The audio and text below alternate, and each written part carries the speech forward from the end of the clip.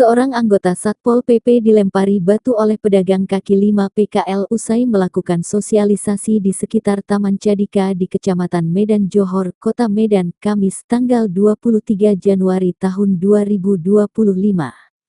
Diberitakan, dua orang PKL yang berboncengan sepeda motor melempari anggota Satpol PP yang berada di mobil viral di media sosial. Dilihat dari video yang viral di media sosial, pelaku penyerangan tidak hanya melakukan pelemparan saja, mereka juga terlihat berkelahi dengan anggota Satpol PP di jalan. Kepala Satpol PP Kota Medan, Rahmat Harahap, mengatakan bahwa peristiwa itu terjadi pada Kamis, tanggal 23 Januari tahun 2025, sore.